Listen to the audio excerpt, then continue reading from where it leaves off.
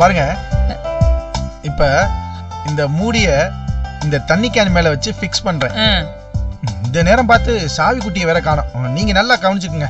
பாத்தீங்களா, இப்படிதான் நல்லா நல்லா டைட்டா க்ளோஸ் பண்ணிடுங்க. இப்ப மேல உள்ளங்கைய வச்சு லேசா பிரஸ் பண்ணணும். ஓகேவா? ட்ரை பண்ணுங்க. ஒரு நிமிஷம். ஓகே.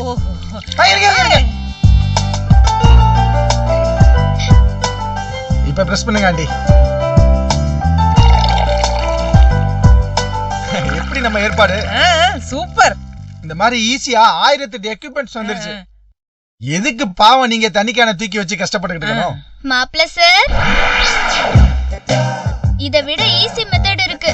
அத பண்ணீங்கன்னா அம்மா மட்டும் இல்ல, நானும் ரொம்ப சந்தோஷப்படுவேன். சொல்லு சாவி, உனக்கு செய்யறதை விட எனக்கு வேற என்ன வேலை இருக்கு? டெய்லி ஒரு 10 மினரல் வாட்டர் பாட்டில் வாங்கி வீட்ல போட சொல்லிடுங்க. இப்படி கேன் வாங்கி அதுல இருந்து தண்ணி வரதுக்கு ஒரு குழா வச்சு மூடி வாங்கி அதுக்கு ஒரு டெமான்ஸ்ட்ரேஷன்லாம் பண்ணி அம்மா அம்மா காயத்ரி வந்துட்டா. அம்மா என்ன காயத்ரி, உனக்காக தான் வெயிட் பண்ணிக்கிட்டு இருக்கேன்.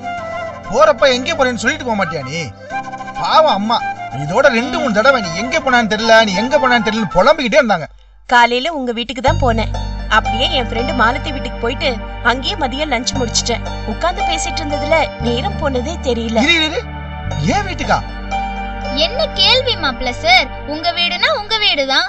அங்க போய் உங்க அம்மாவை கரெக்ட் பண்ணிட்டு வந்திருக்கா, அப்படிதானக்கா?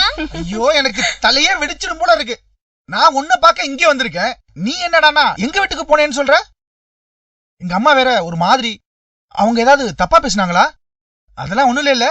ச்சே, என்ன இப்படி சொல்றீங்க? அத்தை மாதிரி ஒரு தங்கமான ஆளை நான் பார்த்ததே இல்ல. என் மேல எவ்வளவு அன்பா இருக்காங்க தெரியுமா?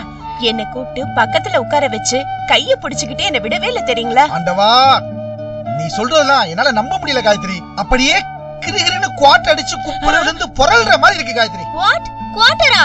மாப்ள சார் சரக்கு அடிப்பீங்களா? No no no. குவாட் அடிச்சிட்டு குப்புற விழுகிற ஃப்ரெண்ட்ஸ் எனக்கு நிறைய பேர் இருக்காங்க. அவங்கள பார்த்த அனுபவத்துல சொல்றேன். அதானே பார்த்தேன். ஏமா சம்பந்திமா வேற என்னமா சொன்னாங்க? ஸ்பெசிபிக்கா வேற ஒண்ணும் சொல்லலமா. ஆனா அவங்களுக்கு என்ன ரொம்ப பிடிச்சு போச்சு. கோவிலுக்கு போயிட்டு பிரசாதம் எடுத்துட்டு போய் கொடுத்தேன்.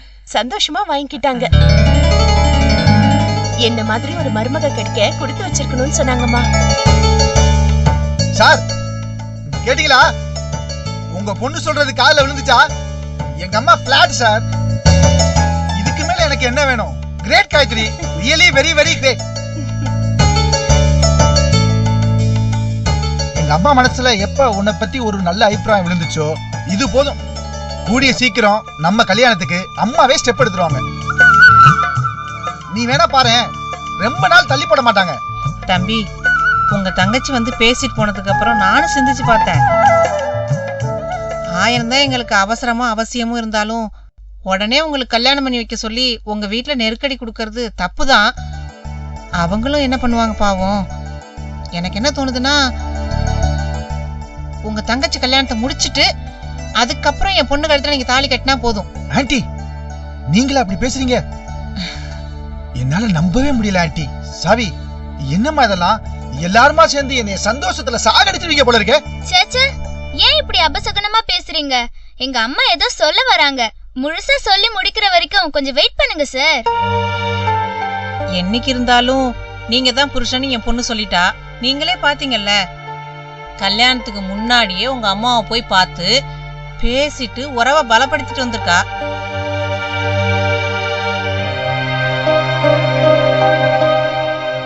இதுக்கு மேல இந்த கல்யாணத்தை ஆண்டவனே நினைச்சாலும் தடுத்து நிறுத்த முடியாது தம்பி. தள்ளி போனா போயிட்டு போகுது. ஆனா எங்களுக்காக ஒரே ஒரு விஷயம் செஞ்சா நல்லா இருக்கும். ஐயோ, என்ன ஆண்டி இப்படி கேக்குறீங்க? என்ன செய்யணும் சொல்லுங்க, இப்பவே செய்யறேன். பெருசாலாம் எதுவும் எதிர்பார்க்கல. கல்யாணம் எப்ப வேணாலும் நடந்துட்டு போகுது. ஆனா நிச்சயதார்த்தத்தை மட்டும் இப்பவே பண்ணிட்டா நல்லதுன்னு நினைக்கிறேன். நீங்களும் என் பொண்ணை கூட்டிட்டு வெளியில எல்லாம் போறீங்க. பாக்குறவங்க 4 பேர் 4 விதமா பேசுவாங்கல்ல. அதெல்லாம் இல்லாம பண்ணணும்னா நிச்சயம் பண்ண வேண்டியது கட்டாயம்னு என் மனசுல படுது. என்ன சொல்றீங்க தம்பி? நான் சொல்றது கரெக்ட் தானே?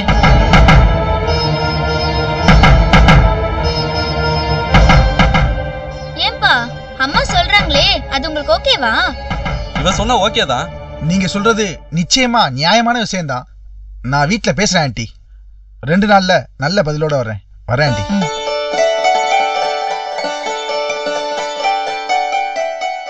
ஏமா எப்படி உன்னால டக்குன்னு ஒரு முடிவுக்கு வர முடிஞ்சது? ரொம்ப யோசிக்கிற போல இருக்கு. நீயும் ஒரு பொண்ணை பெத்து பாரு, உனக்கும் தானா யோசனை எல்லாம் வரும். போங்க போய் வேலையை பாருங்க. வாடி.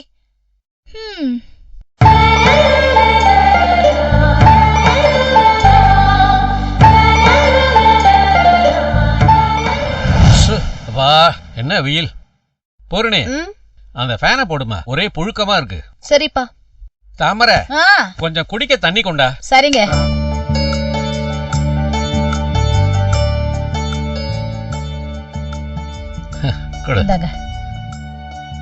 ஏங்க வந்ததுதான் வந்தீங்க, ஒரு 10 நிமிஷத்துக்கு முன்னாடி வந்திருக்க கூடாதா? ஏன் லேட்டா வந்ததுனால இப்ப என்ன நஷ்டமாயிடுச்சு? கொஞ்ச நேரத்துக்கு முன்னாடி வந்திருந்தா நம்ம மருமகளை பாத்திருப்பீங்கல்ல. மருமகளா? யார சொல்ற? ஆமாங்க, நம்ம விநாயகத்துக்கு பொண்ணு பார்த்து வச்சிருந்தோமே காயத்ரி, அவதாங்க வந்திருந்தா. அவ எதுக்கு இங்க வந்தா? என்னங்க இது, மருமக வீட்டுக்கு வந்திருக்கான்னு சொன்னா சந்தோஷப்படுவீங்கன்னு பார்த்தா இப்படி கோவப்படுறீங்களே. என்ன தாமரணி, நம்ம விநாயகன் தான் அங்க போயிட்டு வந்துகிட்டு இருக்கான்னு பார்த்தா இப்ப அவளும் இங்க வர ஆரம்பிச்சிட்டாளா?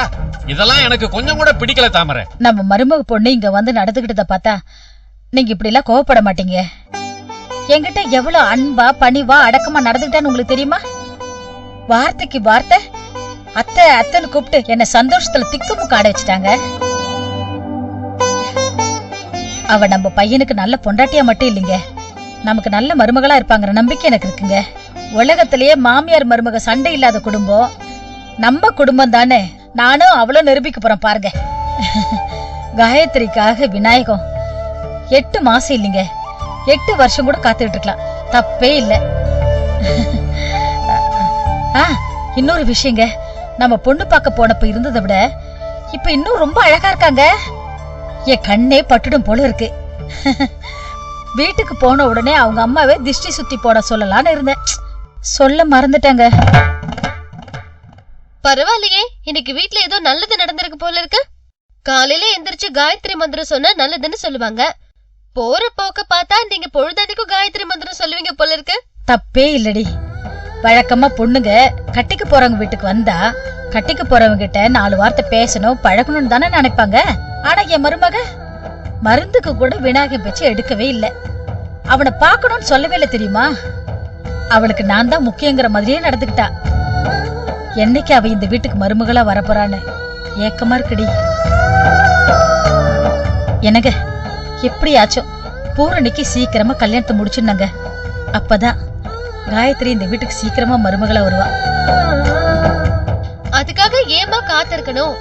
அந்த பொண்ணு உங்களுக்கு பிடிச்சிருக்குங்கிறப்போ அவ இந்த வீட்டுக்கு ஏத்த மருமகளா இருப்பான்னு நீங்க ஸ்ட்ராங்கா சொன்னதுக்கு அப்புறம் எதுக்காக நீங்க அண்ணன் கல்யாணத்தை தள்ளி போடுறீங்க?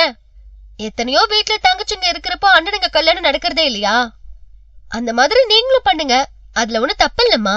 அது நான் உயிரோட இருக்கிற வரைக்கும் நடக்காது. ஏன்பா அப்படி சொல்றீங்க? பூரணி, விநாயகத்துக்கு வயசாகிட்டே போகுது, அதனால அவனுக்கு கல்யாணம் பண்ணி வைங்கன்னு நீ சொல்ற. அதுல உள்ள நியாயம் எனக்கு புரியுது. நான் விநாயகத்துக்கு காயத்ரியை கல்யாணம் பண்ணி வச்சிட்டேன்னா அதுதான் சாக்குன்னு மாமன் தம் பொண்ணை அழைச்சிட்டு வந்து வேல்முருகனுக்கு கல்யாணம் பண்ணி வைன்னு சொல்லுவான். ஏற்கனவே அவன் வேற இடத்துல மாப்பிள்ள பாக்குறான் அது இதுன்னு மிரட்டிக்கிட்டு இருக்கான். விநாயகத்துக்கு கல்யாணம் பண்ணி வச்சிட்டேன்னா அதுக்கப்புறம் வேல்முருகனுக்கு அவன் பொண்ணுக்கு கல்யாணம் பண்ணி வச்சிட்டேன்னா ஊர்ல இருக்கிறவன் என்ன சொல்லுவான்? 28 வயசு வரைக்கும் கல்யாணம் ஆகாம ஒரு பொண்ணு இருக்கு, அத பத்தி கவலைப்படாம ஆம்பளை பிள்ளைங்களுக்கு கல்யாணம் பண்றதுக்கு கடந்து அலையிறான் தண்டபாணின்னு ஊர்ல உள்ளவன் காரி துப்புவான். இத பார், நீ என்ன அசிங்கப்படுத்துறதுக்கு தான் வழி சொல்றியே தவிர இந்த வீடு சந்தோஷமா இருக்கிறதுக்கு வழி சொல்லல. தயவு செஞ்சு இனிமே இந்த கல்யாண பேச்சை எடுக்காத. நான் உயிரோட இருக்கிற வரைக்கும் உனக்கு கல்யாணம் பண்ணாம உங்க அண்ணனுக்கு கல்யாணம் பண்ணி வைக்க மாட்டேன். ஒருவேளை அப்படி ஏதாவது நடந்துச்சுன்னா என்ன எரிச்சு திதி கொடுத்தாச்சுன்னு அர்த்தம்.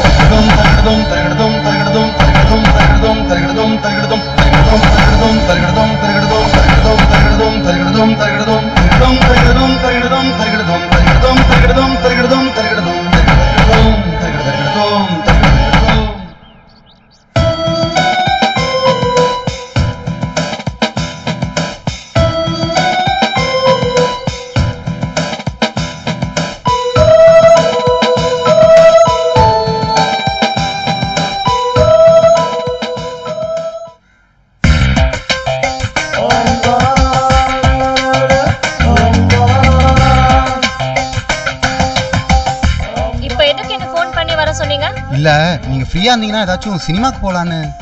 என்ன கிண்டலா? வீட்ல 1008 பிரச்சனை இருக்கு. ஃபோன் பண்ணீங்கன்னு சொல்லிட்டு வந்தா என்னமோ சினிமாக்கு போலான்னு சொல்றீங்க. என்னங்க இப்படி பேசுறீங்க? ஏதோ ஜாலியா பேசலான்னு பார்த்தா இவ்ளோ சூடாறீங்க. சரி நான் டைரக்டா விஷயத்துக்கு வரேன். இன்னைக்கு உங்களுக்கு வேலை கிடைச்சாச்சு, அத சொல்லதான் வர சொன்னேன். வாட்? நிஜமா தான் சொல்றீங்களா? பொய் இல்லையே. கொஞ்சம் கிட்ட வாங்களேன். எதுக்கு? அட தலையில அடிச்சு சத்தியம் பண்ணங்க. சரி சரி, எங்க வேலை? என்ன மாதிரியான வேலை? என் ஃப்ரெண்டு ஒருத்தன் சாஃப்ட்வேர் கம்பெனி வச்சிருக்காங்க. அன்னைக்கு நீங்க என்கிட்ட கொடுத்த ரெஸ்யூமை நான் அவன்கிட்ட கொடுத்தேன். உங்க குவாலிஃபிகேஷனை பார்த்துட்டு உடனே கூட்டிட்டு வா, வேலை போட்டு தரேன்ட்டான். நீங்க என் கூட வரீங்க, அவனை போய் பாக்குறீங்க. ஃபார்மலா இன்டர்வியூன்ற பேர 4 கொஸ்டின் தான். நீங்க சரியா சொன்னாலும் தப்பா சொன்னாலும் வேலை கன்ஃபார்ம். 25,000 ரூபாய் சேலரிங்க. ஓகேவா? கொஞ்சம் கையை நீட்டுங்க. எதுக்குங்க? நீட்டுங்க சொல்றேன். ஏங்க? நீட்டுங்க. எதுக்குங்க கிள்ளிங்க? இது கனவா நிஜமான்னு கிள்ளி பார்த்தேன். நீங்க கத்திட்டீங்க, அப்போ நிஜம்தான். ஏங்க அதெல்லாம் ரொம்ப அநியாயங்க. அதுக்கு நீங்க உங்க கையெல்லாம் கிள்ளி என் பாத்துருக்கோம். கையை கிள்ளினா வலிக்கும்ல, அதான் உங்க கையை கிள்ளுங்க. விவரமான ஆள் தான்.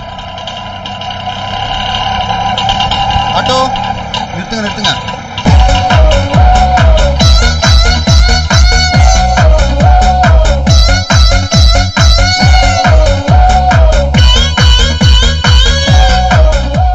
அப்புறம் எங்க சார் போகணும்? பார்க்குக்கு போகணும். பனங்கல் பார்க்கா, நடேசன் பார்க்கா? நோ நோ நோ, ஐடி பார்க்குக்கு. எது தரமணியில் இருக்குமே அந்த ஐடி பார்க்கா? இல்ல, கத்திப்பாரா ஜங்ஷன்ல இருக்க ஐடி பார்க்குக்கு.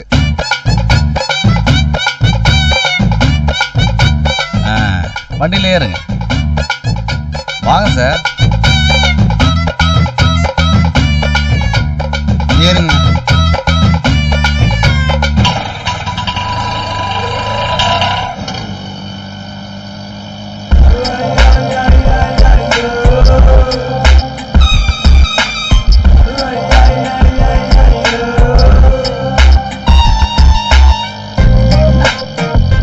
என்ன ஐயப்பா சார், பொண்ணு யாருன்னு சொல்லவே இல்லையே. எங்களுக்கெல்லாம் அறிமுகப்படுத்தி வைக்க மாட்டீங்களா? அது இல்லைண்ணே, இவங்க நமக்கு தெரிஞ்சவங்க. வேலை இல்லாமல் கஷ்டப்பட்டுட்டு இருந்தாங்க. அதுதான் என் ஃப்ரெண்டு கம்பெனியில் சொல்லி வேலைக்கு அரேஞ்ச் பண்ணியிருக்கேன். அங்கே தானே போயிட்டுருக்கோம். ஓ பிரியா, அண்ணன் நமக்கு தெரிஞ்சவர், என் அக்காவோட ஃப்ரெண்டு. உரிமையாக பேசுகிறாரேன்னு எதுவும் தப்பாக எடுத்துக்காதீங்க. ஐயப்பா அண்ணா, வேலை வாங்கி தர்றதே பெரிய புண்ணியம். அதுலயும் பொண்ணுங்களுக்கு வேலை வாங்கி தர்றது புண்ணியமோ புண்ணியம். இந்த மாதிரி எல்லாருமே சோசியல் சர்வீஸ் பண்ணாங்கன்னா நாட்டுல வேலை இல்லாத நாட்டுமே ஒழிஞ்சிரும். சரியான கடி.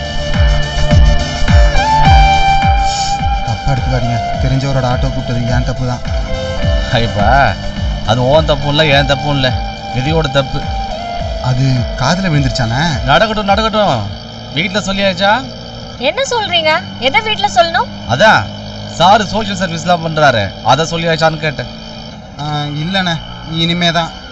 நிறுத்துங்க நிறுத்துங்க. இங்கதான் நாங்க இறங்கணும். வாங்க. பிரியா, இதுதான் என் ஃப்ரெண்டோட ஐடி கம்பெனி. ஐயப்பா, எனக்கு இந்த வேலை கிடைச்சிரும்ல. என்னங்க நீங்க இவ்வளவு டவுட் பண்றீங்க? நீங்க உள்ள போங்க, சொல்றேன். என் ஃப்ரெண்ட் உங்களுக்கு அப்பாயின்மெண்ட் ஆர்டர் கொடுப்பான். இன்னைக்கு நல்ல நாளா இருந்தா உடனே ஜாயின் பண்ணிடுங்க. All the best. எனக்கு மட்டும் இந்த வேலை கிடைச்சா உடனே மேரேஜ் ஆயிடும்.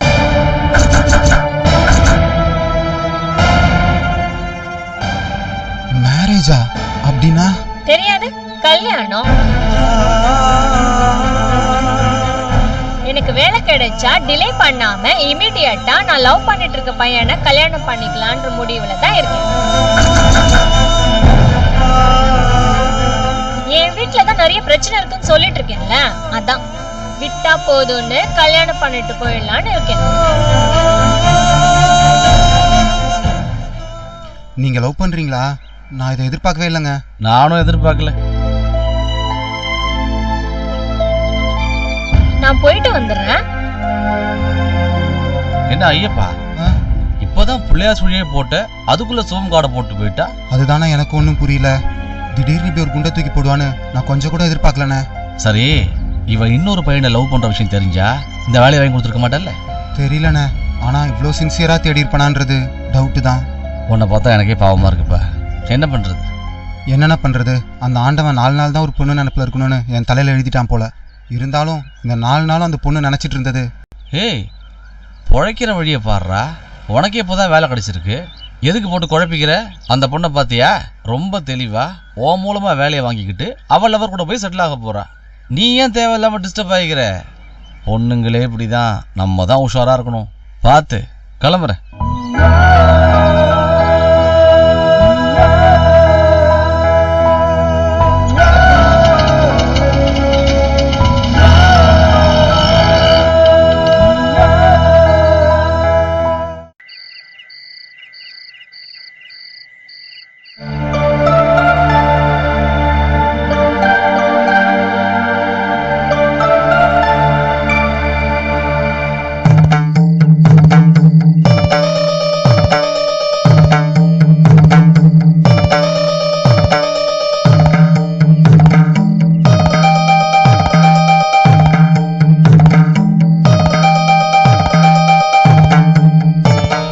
பூரணி, உன்கிட்ட ஒரு விஷயம் பேசணும். சொல்லுண்ணா. இன்னைக்கு காயத்ரி வீட்டுக்கு போயிருந்தேன். அவங்க அம்மா கல்யாணத்தை எப்ப வேணாலும் வச்சுக்கோங்க, ஆனா நிச்சயதார்த்தத்தையாவது உடனே வச்சுக்கோங்கன்னு சொல்றாங்க. எனக்கு என்ன பதில் சொல்றேன்னே தெரியல. அவங்க கேக்குறதுல ஒண்ணு தப்பு இல்லையே அப்படின்னு நீ சொல்ற. இத அப்பா அம்மாட்ட எப்படி போய் சொல்றது? எனக்கு நிச்சயார்த்தம் பண்ணுவீங்கன்னு கேட்க என்னால முடியல பூரணி. அதை நினைச்சு பார்க்கவே கேவலமா இருக்கு. வீட்டுல உனக்கு ஒரு வழி பண்ணி வைக்க துப்பு இல்லாம இருக்கேன். காயத்ரியோட கஷ்டத்தை பெருசா நினைச்சு இல்ல பூரணி, இந்த குற்ற உணர்ச்சியே என்ன கொன்னுடும். என்னால முடியாது. அண்ணா, ஏன்னா இப்படி எல்லாம் பேசுற? வேற வழி? உனக்கு ஒரு மாப்பிள்ளை கிடைக்கலன்னு நாங்க கவலைப்பட்டுக்கிட்டு இருக்கோம். ஆனா காயத்ரிக்கு மாப்பிள்ளை கிடைச்சும் கல்யாணம் பண்ணி வைக்க முடியலன்னு அவங்க அப்பா அம்மா வருத்தத்துல இருக்காங்க. ரெண்டு குடும்பத்தோட கவலைக்கும் பெருசா வித்தியாசம் இல்ல. ஆனா நம்ம மனசு எதுக்கு முக்கியத்துவம் கொடுக்குதுன்னு ஒண்ணு இருக்குது இல்ல. நான் பொண்ணு பார்க்கவே போயிருக்க கூடாது பூரணி. ஏதோ ஒரு சவலைப்பட்டு போயிட்டேன். இப்ப வேணான்னு ஒதுக்கவும் முடியல, உடனே ஏத்துக்கவும் வழி இல்ல. எனக்கு என்ன பண்றேனே தெரியல பூரணி. பைத்தியம் பிடிச்சிடும் போல இருக்கு. அண்ணா, இப்படி மனசுடைஞ்சு பேசுற அளவுக்கு எதுவுமே நடந்துடல. நீ அங்க போனதுலயும் தப்பு இல்ல, அவங்க நிச்சயதார்த்தமாவது பண்ணிடலான்னு கேட்டதும் தப்பு இல்ல. பொண்ணை பெத்தவங்க யாரா இருந்தாலும் இப்படிதான் கேட்பாங்க, இப்படிதான் நடந்துப்பாங்க. இப்போ காயத்ரி நிலைமையில நான் இருந்தா நம்ம அப்பா அம்மாவும் இப்படிதான் நடந்துப்பாங்க. அதனால நீ இத பத்தி கவலைப்படாத. நம்ம அப்பா அம்மா கிட்ட பேசி அவங்களே இந்த நிச்சயதார்த்தத்துக்கு ஒத்துக்க வைக்க வேண்டியது என்னோட பொறுப்பு. நீ சொல்றத கேட்க சந்தோஷமா தான் இருக்கு. ஆனா அவங்கள்ட்ட எப்படி பேசுவ, என்னன்னு பேசுவ? இந்த நிச்சயத்த விஷயத்த அவங்க காது கொடுத்து கேட்பாங்களாங்கிறதே டவுட்டா இருக்கு. இருந்தாலும் ஒன்றை விட்டாலும் எனக்கு வேற வழி இல்ல பூரணி. நீதான் அப்பா அம்மா நல்ல மூட்ல இருக்கும்போது பக்குவமா பேசி இதுக்கு சம்மதிக்க வைக்கணும். இல்லைனா காயத்ரி அவங்க வேற யாருக்காவது கட்டி வச்சிருவாங்களோன்னு எனக்கு தோணுது. சச்சா, அதெல்லாம் நடக்காதுன்னு நான் பாத்துக்கிறேன். ஆனா இது கொஞ்சம் கஷ்டமான காரியம்தான். பட் செஞ்சுதானே ஆகணும். உனக்கும் காயத்ரிக்கும் நிச்சயதார்த்தம் கண்டிப்பா நடக்கும். அதுக்கு நான் பொறுப்பு. நீ செய்ய வேண்டியது ஒன்னே ஒண்ணுதான். நான் செய்யறதுக்கு இதுல எதுவும் இருக்கிற மாதிரி தெரியல பூரணி. நிச்சயதார்த்தம் நடக்கும்னு பொண்ணு வீட்டுக்கு நம்பிக்கை கொடுக்க வேண்டியது முக்கியம் இல்லையா? நடக்குமா? அது கன்ஃபார்ம். ஆனா இத நான் பாத்துக்கிறேன். நீ பேசினா ஒருவேளை அப்பா சம்மதிப்பாரு. கல்யாணம் இப்ப வேணாங்கிற ஸ்டேஜ்ல நாம உறுதியா இருக்கிற பட்சத்துல நிச்சயதார்த்தத்துக்கு அப்பாவை ஒத்துக்க வைக்கிறது ஒண்ணு பெரிய விஷயம் இல்லனா. அத நான் பாத்துக்கிறேன். நீ கவலைப்படாம போய் தூங்குனா. தேங்க்ஸ் பூரணி. ஒரு பொறுப்புள்ள அண்ணனா இருந்து இதெல்லாம் நான் உனக்கு செய்யணும். அது முடியாம கேவலப்பட்டு போய் உன்கிட்ட பிச்சை கேட்கிற மாதிரி ஆயிடுச்சு. தப்பா நினைச்சுக்காத. ஐயோ, ஏன் இப்படி பேசுற? உன் நிச்சயதார்த்தத்தை நல்லபடியா நடத்துறதுல எனக்கு தான் ரொம்ப சந்தோஷம். காயத்ரி எனக்கு கொடுத்த வாக்குக்கு பதிலா நான் என்னடா செய்ய போறேன்னு கவலைப்பட்டு இருந்தேன். இது எனக்கு கிடைச்ச ரொம்ப நல்ல சான்ஸ். நான் பாத்துக்கிறேன். போய் தூங்குனா. அண்ணா, போய் தூங்குனா.